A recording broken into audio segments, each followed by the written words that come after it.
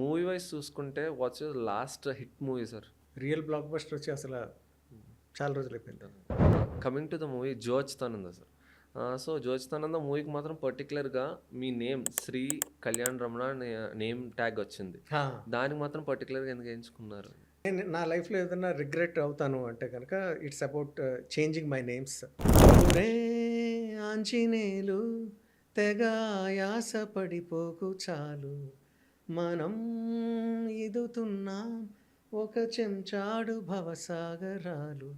ఒక 100 ఏళ్ళు వచ్చిన ఆ ఆల్బమ్, ఆ సాంగ్ కానీ ఆ సిరీస్ ఇంక గుర్తుండిపోతుంది. సో మళ్ళీ మీ కాంబో అంటే మీరు, శ్రీనివాస అవసరాల గారు, ఇంకా నాగశౌర్య, మీరు ముగ్గురిని మళ్ళీ 3 మూవీస్ వచ్చేసారు. ఇంకొక మూవీ ఎక్స్పెక్ట్ చేయొచ్చా?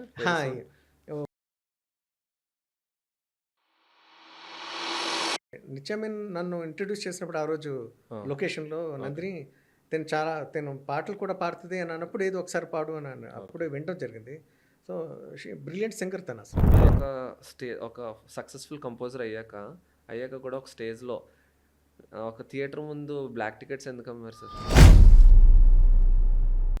Hello everyone, welcome back to another episode of a podcast. ఈరోజు బియాండ్ ద మైక్ విత్ జేలో మనతో ఉన్న గెస్ట్, ఈయన ఒక సోల్ఫుల్ మ్యూజిక్ డైరెక్టర్. ఈయన కెరీర్ ఒక కోరస్ సింగర్గా బిగిన్ అయ్యి ఇప్పుడు ఎన్నో బ్యూటిఫుల్ ఆల్బమ్స్కి వర్క్ చేశారు. లైక్ అలా మొదలైంది Andhrudu, Ashtachamma, Oohalu Gusagusalade, Jyo Achyutananda and many more. He's none other than Kalyani Malik garu. నమస్తే సార్. హాయ్ జయదేవ్ సార్, ఎలా ఉన్నారు సార్? మీరు ప్రాపర్ కొవ్వూరు కదా సార్? అవును. అక్కడి నుంచి హైదరాబాద్ షిఫ్ట్ ఎలా అయింది సార్ ఆ టైంలో? చదువుల నిమిత్తం నాన్నగారు అప్పుడు సినిమా ఇండస్ట్రీలో అంటే ఫిల్మ్ డైరెక్టర్గా ప్రయత్నించే రోజుల్లో నాన్నగారు కొవ్వూరు నుంచి మెడ్రాస్ షిఫ్ట్ అవ్వడం జరిగింది 1982. ఓకే.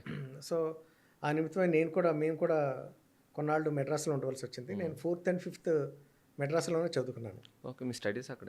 నేను 2 ఏళ్ళు తర్వాత మళ్ళీ we shifted back to Kovvur. So 7th దాకా నేను కొవ్వూరులో చదివాను. సో అక్కడితో నా చదువులు ఎండ్ అయిపోయినాయి. ఓకే. That's how. ఓకే. మీ ఫ్యామిలీలో మొత్తం చూసుకుంటే 3 బ్రదర్స్, అందరూ ఫిల్మ్ ఇండస్ట్రీలోనే ఉన్నారు. లైక్ మీకంటూ ప్రెషర్స్ ఏమైనా ఉన్నాయా సార్ ఆ టైంలో? అంటే 2 మ్యూజిషియన్స్ అయ్యారు, ఒకళ్ళు యాక్టర్ అయ్యారు. యాక్టర్ ఎవరు? కాంచి అన్నయ్య కాంచి. ఓకే. అటువంటి ఇన్సెక్యూరిటీస్ కానీ ప్రెషర్స్ అసలు ఎప్పుడు నేను నా లైఫ్లో తీసుకోలేదు. ఓకే.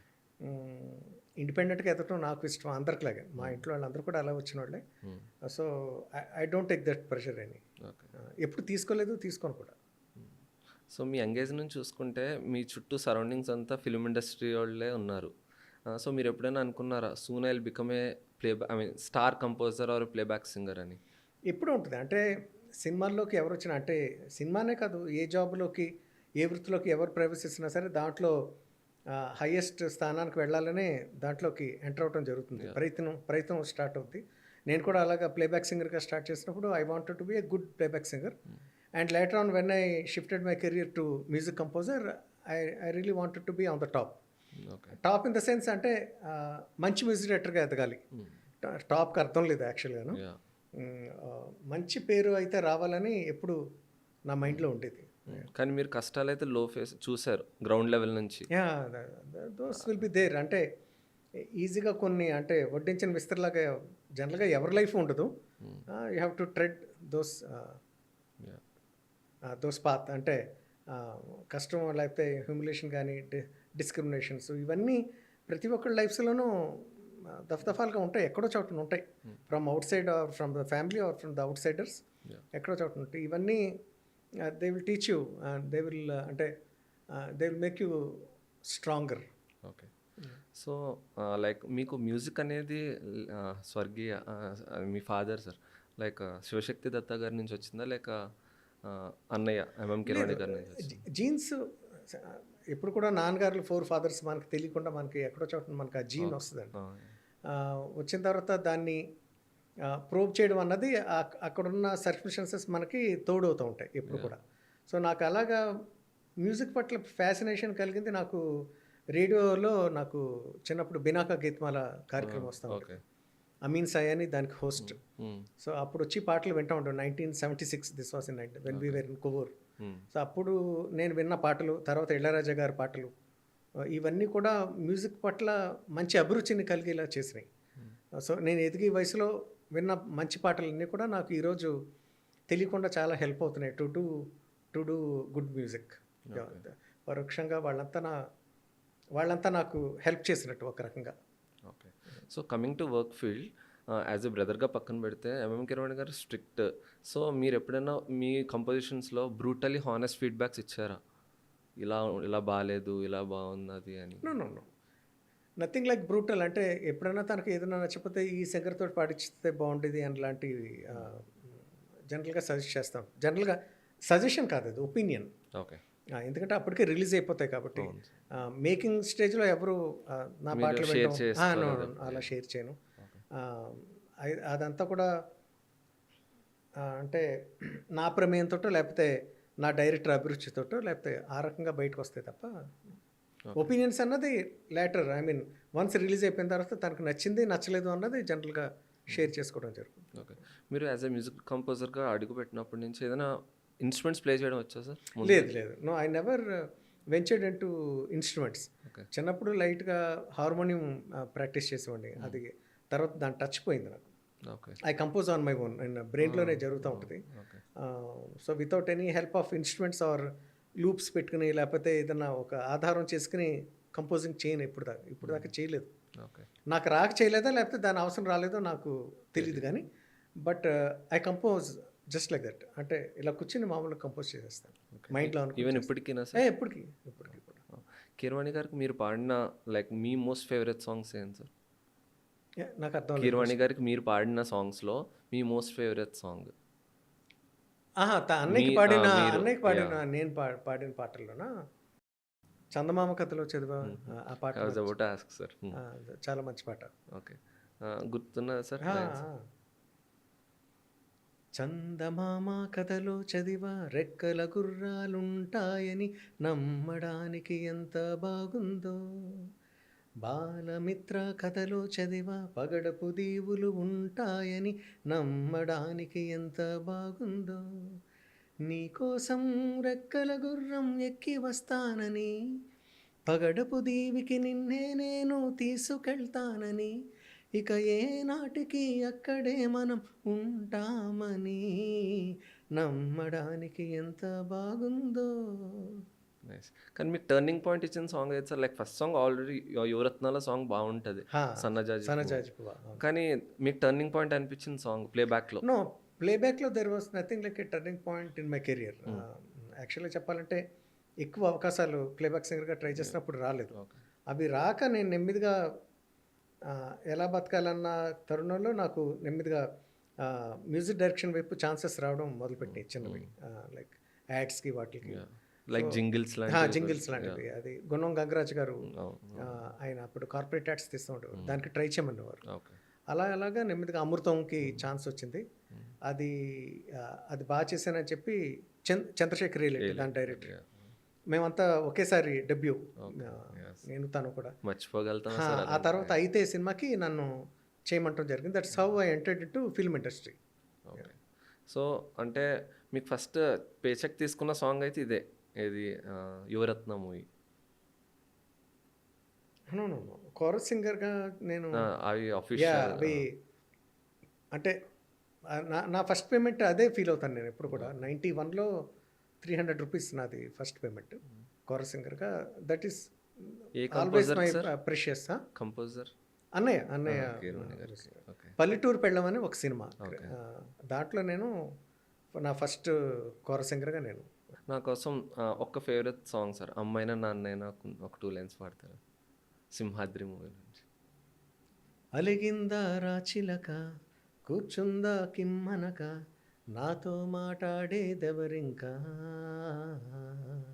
రానంద నా వంక తానా నిన్న నానా అమ్మో నానే నానా ఏది నిన్న తరారి నానా తనా నిన్న తానా నానా తరనా నిన్న నానా తారా నిన్న నానా నిన్న నానా అమ్మైనా నాన్నైనా ఎవరైనా ఉండుంటే పైనుంచి దూకేనా నానా. Thank you sir. సో మీరు రాజమౌళి గారు యాజ్ ఎ కజిన్స్ అని అందరికీ తెలుసు, కానీ మీ బాండ్ ఇంకా బాగుంటుంది అని విన్నాం, like as a best friend, more than a best friends అనుకోవచ్చు. సో మీకు ఆయన మూవీస్లో పర్సనల్గా మిమ్మల్ని వచ్చి నాకు ఈ మూవీలో మీరు పాడాలి సాంగ్ అని ఎప్పుడైనా అడిగిన సిచ్యువేషన్స్ ఉన్నాయి? తనే నాకు వచ్చిన అవకాశాలు అంటే తన సినిమాల్లో పాడినవన్నీ కూడా తన ఇష్టంతో తన డెసిషన్ తోటే పాడడం జరిగింది. సింహాద్రి కానీ వాట్ ఎవర్, సాయి ఛత్రపతి, ఇవన్నీ కూడా తనిచ్చిన పాటలు, తనిచ్చిన అవకాశాలు అవన్నీ కూడా. ఓకే. సో రాజమౌళి గారి ఫ్యామిలీలో ఉండటం మీకు ఒక ప్రౌడ్ ఫీలింగ్లా ఉంది, ఎప్పుడైనా షాడోలో వెళ్ళిపోయినట్టు అనిపించిందా? షాడోలో అలా ఎప్పుడూ అనిపించలేదు. నేను ఏమంటారు, ఎవరి డెస్టినీ వాళ్ళకు ఉంటుంది ఇప్పుడు కూడా. సో పలానా చోట అంటే ఇప్పుడు రాజమౌళి ఫ్యామిలీలో లేని వాళ్ళు బయట వాళ్ళు అంతా పైకి వచ్చేసిన వాళ్ళ కాదు కదా. ఎవరి డౌన్స్ ఎవరి గ్రాఫ్ వాళ్ళకు ఉంటుంది ఇప్పుడు కూడా. ఈ ఇంట్లో ఉన్నది కాబట్టి మ్యాగ్నిఫైయింగ్ అంటే మరీ క్షుణ్ణంగా చూస్తూ ఉంటారు. అలా ఫీల్ అవుతున్నామేమో, లేకపోతే పలానా కారణంగా పలానా అలా ఉన్నామేమో, అలా ఎప్పుడూ జరగదు. పైకి వెళ్ళడం, లేకపోతే కింద పడిపోవడం, లేకపోతే యావరేజ్గా ఉండటం, ఇదంతా కూడా ఇట్స్ అది నా డెసిషన్స్ వల్ల, నా చాయిసెస్ వల్ల, నా ఫేట్ వల్ల అలా ఉన్నాను తప్ప it's not about anybody's. Okay. Coming to your first official composition sir, Amrutham అనుకోవచ్చు. అది 2001లో వచ్చింది. ఒక 10 years అదే సిరీస్లో మీరు వర్క్ చేశారు కదా. అవును. So like even background music అంతా మీరే, మొత్తం మీరే. సో టైటిల్ సాంగ్ అదొక ఆల్బమ్కి, ఐ మీన్ అమృతం సిరీస్కి మీరు ఒక స్పైన్ అని చెప్పొచ్చు. ఎందుకంటే ఇంకో 100 ఏళ్ళు వచ్చినా ఆ ఆల్బమ్, ఆ సాంగ్ కానీ ఆ సిరీస్ ఇంక గుర్తుండిపోతుంది. మీకు ఓకే అనుకున్నారా ఈ చిన్న ప్లాట్ఫామ్కి, ఒక చిన్న టీవీ ఛానల్కి నేను ఇంత వర్క్ చేస్తున్నాను, అలా ఒక థ్రిల్లింగ్ అనిపించింది ఆ టైంలో? బికాజ్ అదే ఫస్ట్ స్టెప్ మీరు తీసుకున్నారు. అంటే మ్యూజిక్ కంపోజర్గా నేను ప్రయత్నం స్టార్ట్ అయింది నా లైఫ్లో ఫస్ట్ టైం అది. నేను మ్యూజిక్ కంపోజర్ అవుదామని నా డ్రీమ్స్లో కూడా ఇంతకుముందు ఎప్పుడు లేదు. బై ఫోర్స్ నేను ఎంటర్ అవ్వాల్సి వచ్చింది. అంటే వేరే సంపాదించడానికి వేరే మార్గం లేక, ప్లేబ్యాక్ సింగర్గా అవకాశాలు రాక నేను ఈ దారి ఎంచుకోవడం జరిగింది, ఎంచుకోబడింది యాక్చువల్గా. సో ఆ స్టేజ్ అంతా కూడా చాలా కష్టమైన స్టేజ్. ఆ ఫస్ట్ సాంగ్ కంపోజింగ్ అంతా కూడా it took me almost 10 to 11 days ఆ ట్యూన్ క్రాక్ అవ్వడానికి. అసలు ట్యూన్ ఎలా చేయాలి, ఆ ఫార్మాట్ ఏంటి, ఆ పద్ధతి ఏంటి అన్నది నేను స్వయంగా నేర్చుకున్న టైం అదంతా కూడా. So it was very difficult moments. And అంటే ఆ పాట ఎంత పెద్ద హిట్ అవుతుంది, తర్వాత ఇంత పేరు తీసుకొస్తుందని అవన్నీ ఏం లేవు. అక్కడ నా క్రైటీరియా ఏంటంటే చందుకి నా పాట నచ్చాలి, ఫస్ట్ టైం ఇంట్రొడ్యూస్ చేస్తున్నాడు, ఏం అవ్వకూడదు నా వల్ల అని చెప్పేసి ఆ ఫీలింగ్ ఉండేది అంతే. ఓకే. ఆయనకి మీరు ముందు ఎలా పరిచయం sir? I mean Chandrashekhar cousins, okay, he's my relative. Okay. So lyrics కూడా సిరివెన్నెల సీతారామ శాస్త్రి గారు రాశారు. అవును. సో ఒకసారి ఒక 2 lines పాడతారు? ఊరే ఆంజనేయులు తెగ ఆయాస పడిపోకు చాలు, మనం ఈదుతున్నాం ఒక చెంచాడు భవసాగరాలు, కరెంటు రెంటు ఎట్సెట్రా మన కష్టాలు, కర్రీలో కారం ఎక్కువైతే కన్నీళ్ళు. Nice, thank you sir. And me next official ఎలా అంటే ఫీచర్ ఫిల్మ్ చెప్పాలంటే అయితే 2003లో వచ్చినట్టు. 2003. సో అయితే మూవీ అదొక థ్రిల్లర్ జానర్ అనుకోవచ్చు కదా సార్. సో ఒకసారి కామెడీ వెబ్ సిరీస్ నుంచి ఇందులోకి షిఫ్ట్ చేయడంతో మీకు ఎలా అనిపించింది? అసలు ఫస్ట్ ఆఫ్ ఆల్ మీరు రిస్క్ చేస్తారా? రిస్క్ అనేది కాదు, నాకు ఆపర్చునిటీ రావడమే చాలా గొప్పగా ఫీల్ అయ్యాను నేను. I was not in a position to choose my career or my ఏమంటారు మై ఫిలిమ్స్. ఓకే. అది నాకు ఫస్ట్ అవకాశం, అది నాకు చాలా గొప్ప ఫీలింగ్ ఇప్పటికీ కూడా. అసలు చందు నన్ను సెలెక్ట్ చేసుకోవడమే నాకు చాలా, అది it's one of my lucky moments అని అనుకుంటా ఉంటాను. So nothing like genre shift అలాగేం లేదు. ఆ పాట ఫస్ట్ ఆఫ్ ఆల్ ఆ పాట లేదు దాంట్లో, ఓన్లీ బ్యాక్గ్రౌండ్ స్కోర్ అడిగారు, తర్వాత ఒక పాట ఇంక్లూడ్ అయ్యి అది ఈ పాట పెట్టడం జరిగింది. సో దానికి ఆల్బంలో ఒక 3-4 songs ఉన్నాయి సార్. అది మొత్తం కీరవాణి గారితో పాడించాలి అని అనుకున్న ఏంటి? ఆ టైంలో వేరే సింగర్స్ కూడా ఉన్నారు కదా.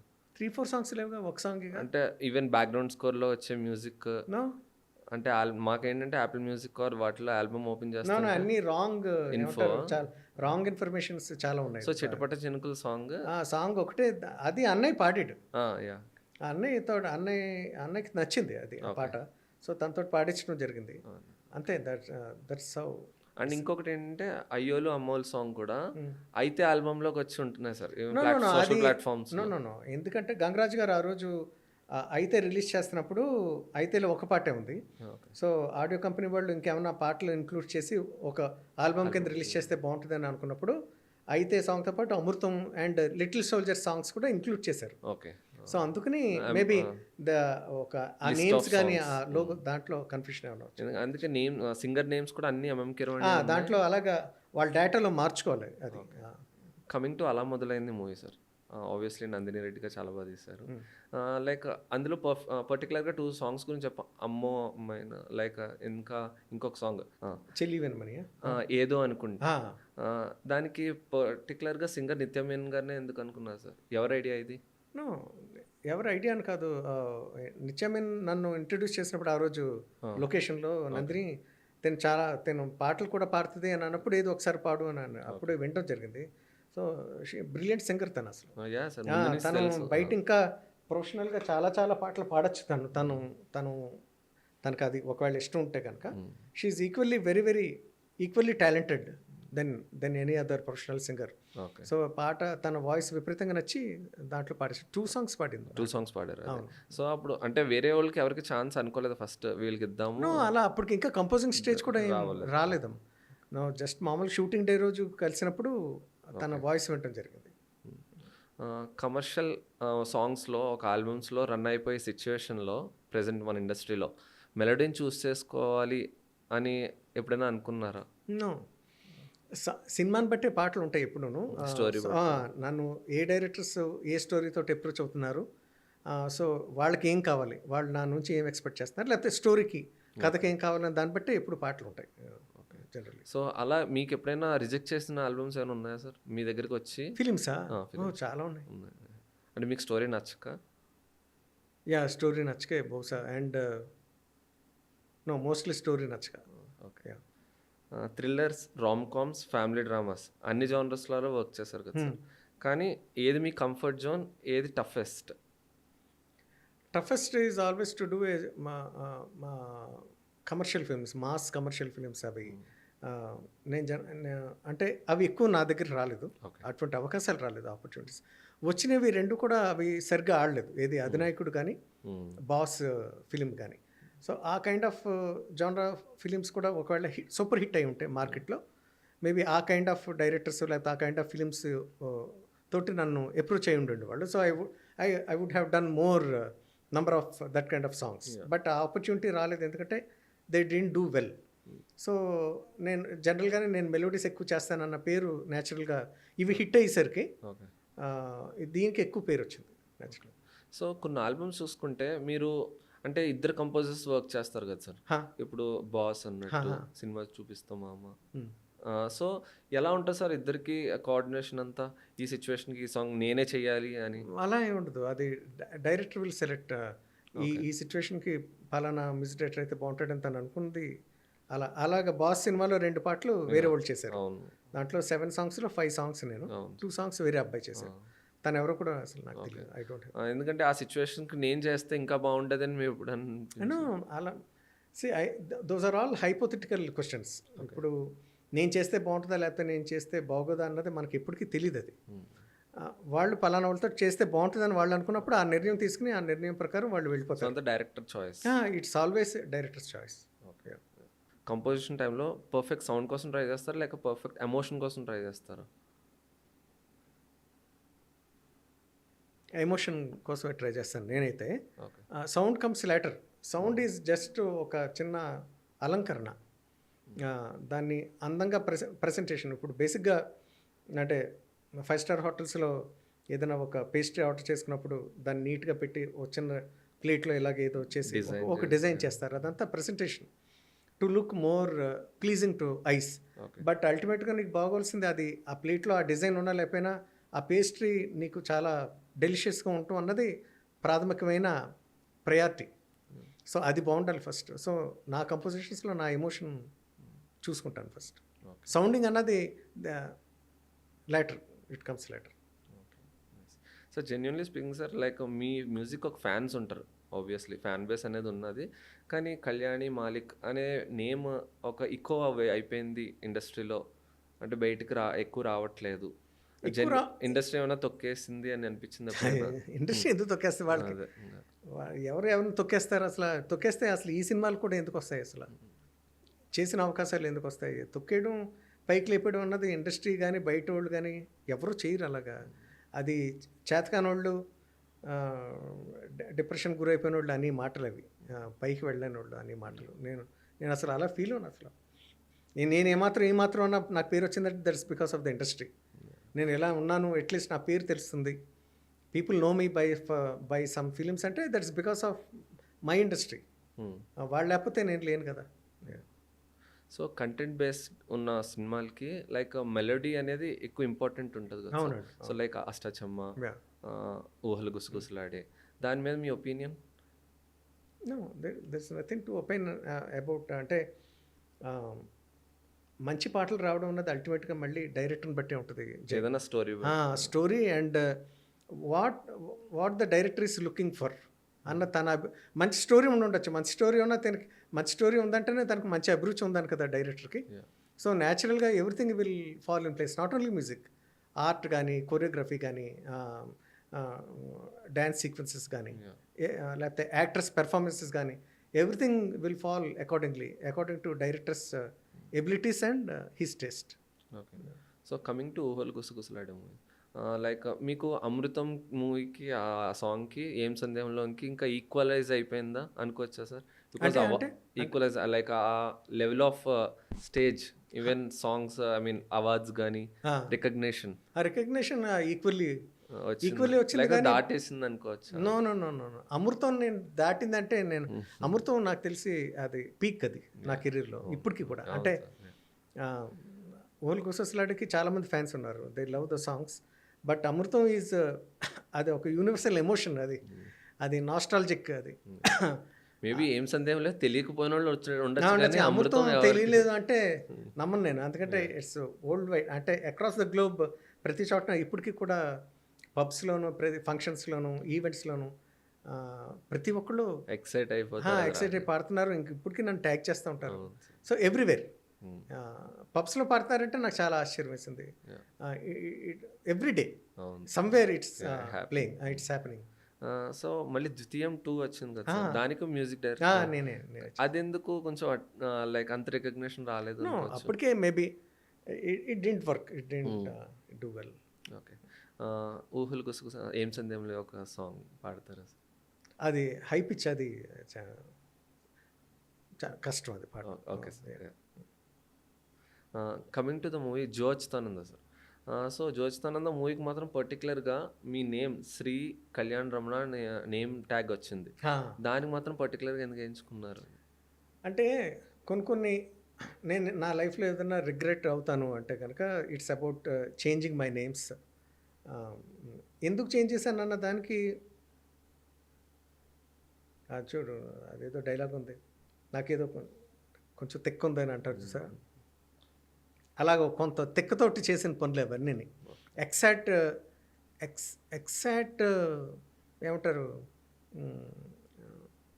ఈ రీజన్ తోటి నేను ఎందుకు చేశాను అన్నది నాకు కూడా ఎగ్జాక్ట్గా నేను చెప్పలేకపోతున్నాను. నేను కరెక్ట్గా చాలామంది న్యూమరాలజికల్గా చేశాను, లేకపోతే ఆస్ట్రాలజీ మీద నమ్మకంతో, లేకపోతే సమ్ నేమ్స్లో ఎక్స్ట్రా లెటర్ ఏదో చేస్తే కనుక అలాగా పేరు వస్తాను. బట్ అలా మొదలైన తర్వాత నేను ఫస్ట్ టైం మార్చాను కళ్యాణి కొడూరు. అలా మొదలైన సూపర్ హిట్ అయిన తర్వాతే కదా జనరల్గా ఫ్లాప్ అయితే మనం మార్చుకుంటాం. సో నాకు ఆ ఉద్దేశం అప్పుడు కూడా లేదు. It's a whacking thing, it's వియర్డ్గా నేను బిహేవ్ చేసిన, అంటే సినిమా ఇండస్ట్రీలో నేను ఏమన్నా ఇలా చేయకుండా ఉండవలసింది అని ఏమన్నా అంటే కనుక ఏంటి అని నన్ను అడిగితే I should have gone by the same name Kalyani Malik instead of changing Kalyani Koduri గాను. Koduri is my surname, but ఆడ్గా ఉంటుంది నాకు ఇప్పటికీ కూడా. నేను బట్ గుడ్ థింగ్ ఏంటంటే నేను ఏ పేరు మీద వెళ్ళిపోయినా సరే people never didn't care about that. Kalyan మాలిక్గానే నన్ను చూసి ఆ పాటల్ని ఆదరించడం జరిగింది. So they love me for my music rather than what I am, why I change my names, ఇవన్నీ జనం పట్టించుకోలేదు ఎక్కువ. ఓకే. సో మళ్ళీ మీ కాంబో అంటే మీరు, శ్రీనివాస అవసరాల గారు, ఇంకా నాగశౌర్య, మీరు ముగ్గురిని మళ్ళీ 3 మూవీస్ వచ్చేసారు. ఇంకొక మూవీ ఎక్స్పెక్ట్ చేయొచ్చా? We should see. నాకు తెలీదు. మీరు బాగా క్లోజ్ మీరు శ్రీనివాస యా అవసరాల? Yeah of course is very good friend of mind. నాకు చాలా ఇష్టం. ఓకే. అండ్ ఇంకొకటి మీ టైప్ ఆఫ్ మ్యూజిక్ ఈ ప్రెసెంట్ జనరేషన్లో ఒక వేరే మ్యూజిక్ డైరెక్టర్ ఉంది అంటే ఎవరి పేరు చెప్పచ్చు? నా కైండ్ ఆఫ్ మ్యూజిక్ నా మైండ్లో ఒకళ్ళు ఉన్నారు సార్, మేబీ మీకు వాళ్ళు సింక్ అవ్వచ్చా లేదా అని. అంటే కొంచెం సెమీ క్లాసికల్ అండ్ మోడర్న్ మ్యూజిక్లో నాకు తెలిసి వివేక్ సాగర్ చేస్తాడు. అదే సార్ నేను అదే అనుభవా. యా. సో వివేక్ సాగర్గా Yeah. మీకు ఒక వివేక్ సాగర్ మ్యూజిక్ కూడా నాకు ఇష్టం. ఎందుకంటే మీ సిమిలర్ అంటే ఏదో శిష్యుడు వచ్చినట్టే అనకూడదు కానీ అలాగే నో వచ్చారు. No no is very talent. Talented. Lakshmi NTR movie అనేది ఒక ఇంటెన్స్ మూవీ కదా సార్. సో ఒకేసారి మెలడీస్ నుంచి ఒక షిఫ్ట్ అయ్యారు దీనికి. అప్పుడు ఏంటి రామ్ గోపాల్ వర్మ గారు మీకు ఎలా అప్రోచ్ అయ్యారు, లైక్ ఎలా సిచ్యువేషన్ ఎలా ఎక్స్ప్లెయిన్ చేశారు? యా లక్ష్మీ సెంటియర్ is one of the beautiful opportunities నా కెరీర్లో బికాస్ ఆఫ్ రాము గారు. ఆఫ్ కోర్స్ రాము గారికి నేను చేస్తానని నేను ఎప్పుడు ఊహించలేదు. డ్రీమ్ ఉండేది ఆయనకు ఒక సినిమా చేయాలి, బట్ ఇలాగ ఈ పద్ధతిలో ఈ రకంగా అటువంటి సినిమా వస్తుందని నేను ఎక్స్పెక్ట్ చేయలేదు. నాకు అది బయట చాలా నేను కూడా చాలా కాంట్రవర్సీస్ గురైన నేను. అంటే నేను ఆ సినిమా చేయడం చాలామందికి నచ్చలేదు. చాలా వేరియస్ రీజన్స్ అసలు. బట్ అవన్నీ నేను మైండ్లోకి తీసుకోలేదు. నాకది ఒక బిగ్ ఆపర్చునిటీ. నాకది ఒక సినిమా నా తలుపు తట్టి నా దగ్గరికి వచ్చిన ఒక సినిమా. సో నేను అది సినిమాలాగే తీశాను. దాంట్లో ఏంటి రకరకాల వాళ్ళు బయట వాళ్ళు అనుకున్నట్టుగా అటువంటి థాట్స్ కానీ అవన్నీ ఇప్పుడు మ్యూజిక్ డైరెక్టర్ నా మ్యూజిక్ డైరెక్టర్గా నన్ను రాము గారు నన్ను ఎప్పుడు చేయరు. నాకు సినిమా చేస్తామంటే ఫస్ట్ ఆఫ్ ఆల్ తప్పకుండా ఒక మెసేజ్ వచ్చింది. నేను పొద్దున్న hi this is Ramu speaking from Bombay, can you call me అని అనగానే నేను నమ్మలేదు. First of all prank call అనుకున్నాను నేను. బట్ తర్వాత ఆయన మాట్లాడారు, ఆ సినిమా ఓకే అయిపోయింది. దాంట్లో నేను నేర్చుకుంది ఏంటంటే దాంట్లో 9 పాటలు చేశాను నేను. మొత్తం 9 పాటలు సిరాశ్రీ గారు రాశారు. అన్ని లిరిక్స్కి రాసిన తర్వాత నేను కంపోజ్ చేయడం జరిగింది ప్రతి పాట కూడా. అది కష్టం కదా? చాలా కష్టం, చాలా కష్టం. నాకు ఒకప్పుడు లిరిక్స్ రాస్తే దాని ట్యూన్ ఎలా చేయాలన్నది ఒక లోపల ఇంటర్నల్గా ఫియర్ ఉండేది నాకు, నేను చేయలేనేమో. బట్ అవన్నీ కూడా ఆ ఫియర్ని క్రాస్ చేయడానికి నాకు హెల్ప్ అయిన మంచి సినిమా నాకు ఆల్బమ్ అదంతా కూడా. నాకు రాము గారు చాలా అప్రిషియేట్ చేశారు through out the film. Background score కానీ దానికి కానీ ఐ గాట్ చాలా మంచి పేరు వచ్చింది చాలా. అండ్ ఇమ్మెన్స్లీ సాటిస్ఫైడ్ నేను నా వర్క్ పరంగా. అండ్ బాలు గారు ఎక్కువ పాడిన పాటలు కూడా నాకు దాంట్లోనే ఉన్నాయి. సో అప్పటి నుంచి ఇప్పటి వరకు చూసుకుంటే ధగా అనే సాంగ్ మీరు పాడారు. సో అది ఇప్పటికీ ట్రెండ్ అవుతానే ఉంటుంది. ఎక్కడో ఒకటి దాంట్లో యూజ్ చేస్తానే ఉంటారు. ఎక్కడో అక్కడ ఫ్రెండ్ ఏదో ఇది చేశాడు నాకు దగా అని నేను చూసినప్పుడే నాకు నవ్వు వస్తాను. మీ కెరియర్ మొత్తం చూసుకుంటే చార్ట్ బస్టర్స్ వచ్చాయి, ఆల్బమ్స్లో డిజాస్టర్స్ కూడా వచ్చాయి. సో హిట్ టాక్ వస్తే ఆబ్వియస్లీ ఆల్బమ్ వింటారు, వైభవ్ అన్ని తెలిస్తే నోటబుల్ అవుతారు. అదే డిజాస్టర్ అయితే మూవీ ఫ్లాప్ అయితే ఆ ఆల్బమ్ మీకు నచ్చి కంపోజ్ చేసుకున్నా కూడా పక్కకి వెళ్ళిపోతాయి. అది ఎలా తీసుకుంటారు? చాలా పెయిన్ ఉంటుంది. సినిమా ఫ్లాపీపై ఒకవేళ మంచి పాటలు పోనీ అని అనిపించినప్పుడు నాకే కాదు, కెరీర్లో ఏ టెక్నీషియన్కైనా సరే అటువంటి ఇన్సిడెంట్స్ చాలా ఉంటాయి. మంచి పాటలు బూడిదలో పోసిన పన్నీర్ అయిపోతాయి అవి. అలా నేను ఎక్కువ బాధపడింది హోరాహోరీ సినిమాకి. తేజ కాంబినేషన్ వచ్చినప్పుడు ఐ గాట్ వెరీ ఎక్సైటెడ్. దాంతో ట్రావెలింగ్ నాకు చాలా పెద్ద సక్సెస్ వస్తుందని really waited for that moment. But అది అస్సలు బాగా జరగలేదు. ఓకే, ఇంకా లాస్ట్ టైం ఏది బాగా కష్టపడి చేశారు కానీ అది అంత సక్సెస్ అవ్వలేదు? పలానా అమ్మాయి. That was my recent movie. దాంట్లో నాకు మోస్ట్ ఫేవరెట్ ఆల్బమ్ నా ఎంటైర్ కెరీర్లోనే కనులు చాటు మేఘమా నాకు చాలా ప్రాణమైన పాట. అది అంత గొప్ప పాటలు రావడానికి మళ్ళీ ఓలుగు సొసలాడే కానీ, జోచితానందలో ఒకలాలన ఒక దీవెన కానీ, ఇవన్నీ కూడా the man behind is Srinivas అవసరాల. ట్రెమెండస్. అంటే అంత బ్రిలియంట్ టేస్ట్ ఉన్న డైరెక్టర్ నాకు దొరకడం లేకపోతే నన్ను ఎంచుకోవడం ఇప్పటికీ కూడా నేను అదృష్టంగా. మ్యూజిక్తో ఇంటరాక్ట్ అవుతారా సార్? ఆఫ్ కోర్స్ తన ప్రమేయం లేకుండా అంత మంచి పాటలు ఎలా వస్తాయి అసలు? లిరిక్స్ గానీ, డైలాగ్స్ గానీ ఎవ్రీథింగ్ హి హాస్ పర్టికులర్ ఉంటుంది వెరీ పర్టిక్యులర్ అండ్ చాలా కమాండ్ ఉంది తనకి దాని మీద. విపరీతమైన హైలీ రిఫైన్డ్ సోల్ తను. ఓకే. మీరు ఆయన్ని యాజ్ ఎ డైరెక్టర్గా ఎలా చూసారు? రెండూ చూసారు, డైరెక్టర్గా చూసారు, యాక్టర్గా చూసారు. ఏది బాగా అనిపించింది మీకు? డైరెక్టర్గా ఎక్కువ ఇష్టం. చాలా ఇష్టం. నైస్. అండ్ ఇందాక అడగడం మర్చిపోయింది సార్, జోజ్ తనంద మూవీలో ఒకలాలన్న సాంగ్ శంకర్ మహాదేవన్ గారితో పాడించారు. Like that's a beautiful song sir. అంటే ఆయనకి ఎలా అప్రోచ్ అయ్యారు మీరు? ఈయన పాడాలి అని అనుకున్నారు? లేదు, ఎవరొకళ్ళు టాప్ సింగర్స్ తోటి పాడించమని ఎవరు శ్రీనివాస్, అది చాలా ఇంపార్టెంట్ సాంగ్ ఆఫ్ ది అది. సో అది హైలైట్ అవ్వాలంటే హైలైట్ అవ్వాలంటే ఈక్వల్లీ ఎక్సలెంట్ సింగర్ ఉండాలి దాంట్లో, అంటే వెరీ ప్రామినెంట్. కొన్ని పాటలు ఎవరు పాడినా బాగుంటాయి, బట్ ప్రామినెంట్ సింగర్స్ పాడినప్పుడు it gets enhanced little bit more. So అలాగా బాలు గారితో పాటిద్దామా, లేకపోతే హరిహరన్ గారు, లేకపోతే శంకర్ మాధవన్ గారు, ఇలా రకరకాలుగా అనుకున్నప్పుడు ఫైనల్గా వి గాట్ శంకర్ మాధవన్ గారు. మూవీ వైజ్ చూసుకుంటే what's your last hit movie sir, with album అన్నీ చూసుకుంటే? రియల్ బ్లాక్ బస్టర్ వచ్చి అసలు చాలా రోజులు అయిపోయింది. బట్ మీ సాటిస్ఫాక్షన్ మీకు మ్యూజిక్ మంచిగా ఇచ్చాను అని. ఆఫ్ కోర్స్ అది ఎప్పుడు ఉంటుంది. సినిమా సరిగ్గా ఆడినప్పుడు బాధ ఉంటుంది న్యాచురల్గా ఎవరికైనా సరే.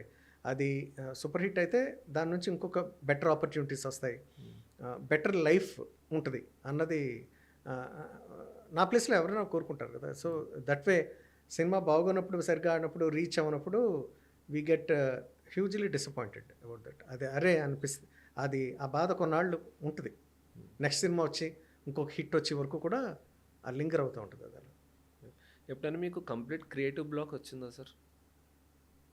అంటే ఇంకా ఏం రావట్లేదు, మ్యూజిక్ పట్టట్లేదు అన్నది? లేదు, అలా రాదు. కానీ ఎక్కువ టైం పట్టింది నాకు జోచితానంద కోకలాల నాకు దీవెన, ఆ పాట ఎలా కంపోజ్ చేయాలో నాకు అర్థం లేదు. It took me most 1 month భయపడి కంపోజ్ చేసిన సాంగ్ అది. అలాగా భయపడిన పాటలు, భయపడిన సిచ్యువేషన్స్ ఉన్నాయి. బట్ ఆల్బమ్ గ్యాప్ వచ్చిందా సార్ ఎప్పుడైనా? ఇన్ని ఇయర్స్ గ్యాప్ వచ్చింది, అందు నుంచి బయటకు ఎలా వచ్చారు? No, I got use to it. నేను ఐ హ్యావ్ సో మచ్ ఏమంటారు పేషెన్స్. నేను వెయిట్ చేస్తూ ఉంటాను. వర్క్ వస్తే బాగుంటుందని ఉంటుంది ఎప్పుడైనా సరే, ఆపర్చునిటీస్ రావాలని ఎప్పుడు కోరుకుంటూ ఉంటాం. బట్ అవి ఎందుకు వస్తాయి, ఎందుకు రావు అన్నది ఇట్స్ ఎ డిఫరెంట్, మనకు అర్థం కాని ఒకనొక సంథింగ్. సో ఆ టైంలో ఎప్పుడైనా ఇండిపెండెంట్ సాంగ్ చేయాలి, నేను కంపోజ్ చేసుకొని రిలీజ్ చేసుకోవాలని? మొన్న రీసెంట్గా నా ఛానల్లోనే, ఉమామి మ్యూజిక్ నా ఛానల్, యూట్యూబ్ ఛానల్, దాంట్లో ఒకసారి మీ టాటూ అదేనా sir? This Uma. Okay, sorry. Umami అంటే U for Uma, M for Mayur నా కొడుకు పేరు, ఐ అంటే దాంట్లో నేను, ఉమామి. దాంట్లో రీసెంట్లీ 1 year బ్యాక్ ఒక సాంగ్ చేయడం జరిగింది. 3 languagesలో, హిందీ, తెలుగు, తమిళ్లో రిలీజ్ చేశాను. ఓకే. మీకు ఇండస్ట్రీలో క్లోజ్ అయిన డైరెక్టర్స్ ఎవరు సార్? ఇప్పుడు అప్పటి నుంచి ఐ మీన్ చంద్రశేఖర్ ఏలేటి గారి నుంచి ఇప్పటి వరకు చూసుకుంటే బాగా బాండ్ క్రియేట్ అయిపోయింది అన్న డైరెక్టర్స్ ఎవరు ఉన్నారా? బాగా బాండ్ అంటే నేను క్లోజ్గా మూవ్ అయింది, ఇష్టపడింది ఎవరు అంటే Nandini Reddy, Indraganti Mohan Krishna garu and Srinivas Avasarala. Okay, all this 3. Mohan Krishna, Indraganti గారితో మీరు బందిపోటు చేశారా సార్? బందిపోటు, అష్టాచమ్మ, అంతకుముందు, ఆ తర్వాత గోల్కొండ హై స్కూల్, 4 movies చేశారు.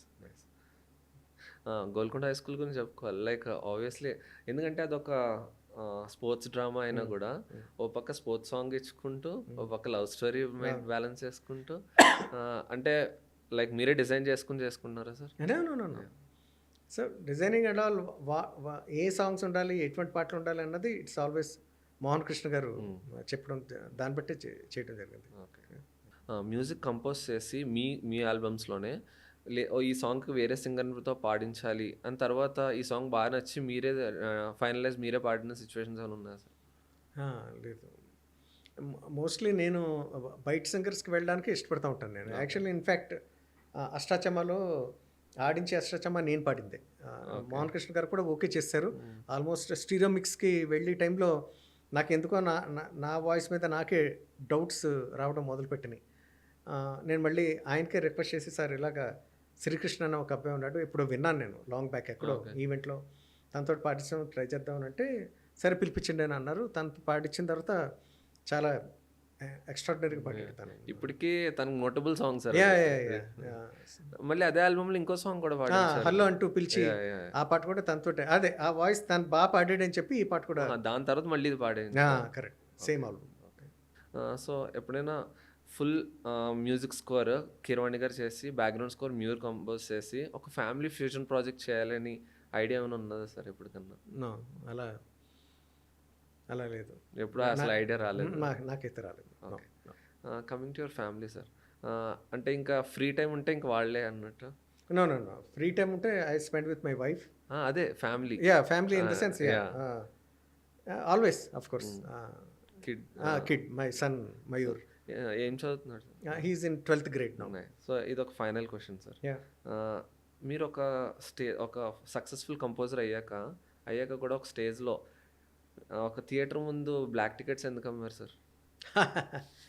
మధ్య మధ్యలో చిన్న చిన్న క్యామియోస్ చేయడం నాకు ఇష్టం. అలాగా శ్రీనివాస్ ఆయన నన్ను అడిగినప్పుడు ఆ బ్లాక్ టికెట్స్ అమ్మి రోల్ నాకు ఇచ్చారు. ఇది ఊహలు గుసగుసలాగా. That was very very memorable. అదే సార్, బికాజ్ ఎప్పుడూ చూడలేదు సార్. సడన్ గా 40-80 అలా చెప్తుంటే బాగా అనిపించింది. అంటే ఇప్పుడు దాకా సీరియస్గా వెళ్ళింది కాబట్టి ఫైనల్ గా ఏమనుకోకండి. That's part of my career. అది కూడా ఒక చిన్న భాగం నాకు. అది నాకు అంటే ఒక మంచి సినిమాలో ఆ పాత్ర పడినందుకు ఎక్కువ సంతోషంగా ఉంటుంది దాంట్లో. థ్యాంక్ యూ సార్, బాగా అనిపించింది. Thank you Jay, thank you so much. అడగగానే చాలా గ్యాప్ తీసుకున్నారు, బాగా ఒప్పుకున్నారు sir. Thank you so much. మీకు ఎలా అనిపించింది? No it's so good. నేను యాక్చువల్గా it's out of obligation, it's out of ఏమంటారు, మా నాన్నగారిది కొలాజ్ పెట్టినప్పుడు ఐ ఫెల్ట్ వెరీ చాలా బాగా అనిపించింది లోపల. It was very sentimental. So నువ్వు అడగగానే జనరల్గా చాలామంది అడుగుతున్నారు పాడ్కాస్ట్కి. నేను చాలా పోస్ట్పోన్ చేసుకుంటూ వస్తున్నాను. నేను చాలా ఆబ్లిగేషన్స్ ఉన్నాయి. ఇప్పుడు ఇది చూసిన తర్వాత సార్ మరి నాకెందుకు చేయలేదని అడిగి ఉంటారు నన్ను. వాళ్ళందరికీ మళ్ళీ వేరే ఆన్సర్ చెప్పాలి నేను. But that was one of the reason నేను ఈ పాడ్కాస్ట్. నేను ఆ ఇంటెన్షన్తో నాట్ బికాస్ ఆఫ్ దట్. నేను ఒప్పుకోవడానికి ఈ పాడ్కాస్ట్ మా నాన్నగారు కొలాజ్ చేసినందుకు అవుట్ ఆఫ్ దట్ ఆబ్లిగేషన్ తోటి నేను ఈ podcast. No, but it was nice meeting you, nice knowing you, Jay.